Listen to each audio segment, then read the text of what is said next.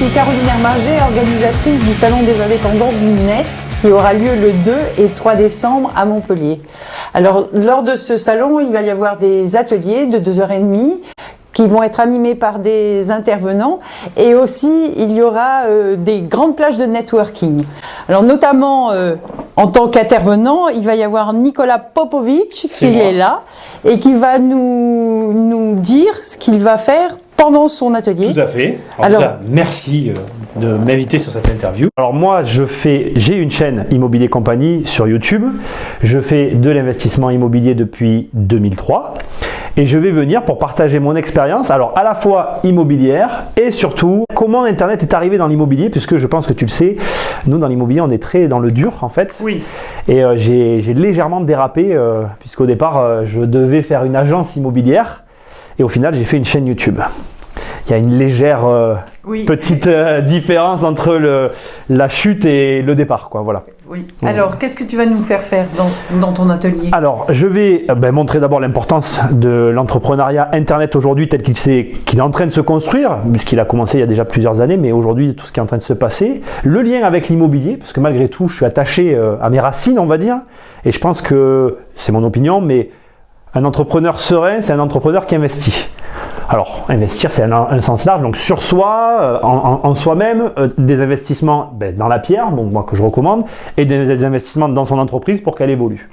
Donc je vais faire des corrélations comme ça entre l'investissement immobilier et l'entrepreneuriat, et montrer que finalement, on retrouve aujourd'hui sur Internet des petites choses qui existent depuis longtemps dans l'immobilier en fait. Donc tu vas faire des exercices à tous les gens qui vont assister à ton atelier? Des exercices et des remises en question peut-être. Oui. Ça sera peut-être un peu le but d'un petit peu voir où vous vous situez et est-ce que votre démarche vous permet d'être serein au quotidien? Parce que quand on est stressé en tant qu'entrepreneur, des fois, on n'agit peut-être pas forcément comme on agirait si on n'avait pas les mêmes pressions dans la vie, quoi. Moi, je connais pas beaucoup d'entrepreneurs qui sont véritablement sereins dans leur entreprise. Donc, ça va être top pour eux. Et puis, comme nous sommes avec des infopreneurs, je pense que c'est essentiel d'avoir cette approche vraiment...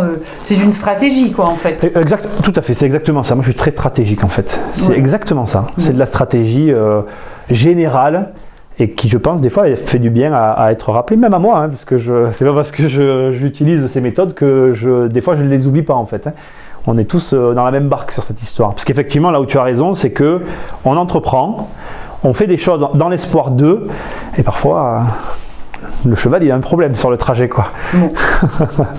Donc voilà, alors après, ça paraît très général, mais c'est comment vous dire, ça serait long dans une vidéo comme ça, mais globalement, c'est vraiment comment vous pouvez articuler, même si aujourd'hui on a l'impression, déjà une première chose que je vais vous dire dans cette vidéo, que je veux dire, c'est qu'on a l'impression que parce qu'on entreprend, on ne peut plus rien faire. On va se dire, ah ben là je gagne pas assez d'argent, ah ben j'ai pas d'autre situation, je vais attendre que ma situation se débloque pour pouvoir faire peut-être un investissement immobilier ou faire plein de choses en fait. Et on se gâche nous-mêmes des opportunités qu'on a en fait en nous et dans notre situation, même aussi difficile soit-elle, et qui peuvent nous permettre d'être plus serein, quoi.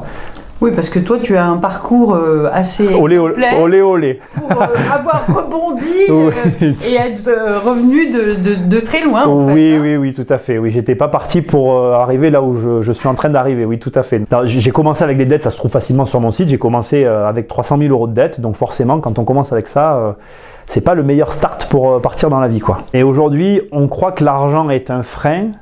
Alors que l'argent, c'est une commodité. Le vrai problème, c'est comment le rembourser en fait. Quand on est dans des situations difficiles, se refinancer, c'est pas vraiment en soi problématique. Le problème, c'est de rembourser les personnes qui refinancent, parce que le refinancement, quand on est endetté, il se fait pas auto en vigueur, j'ai envie de dire.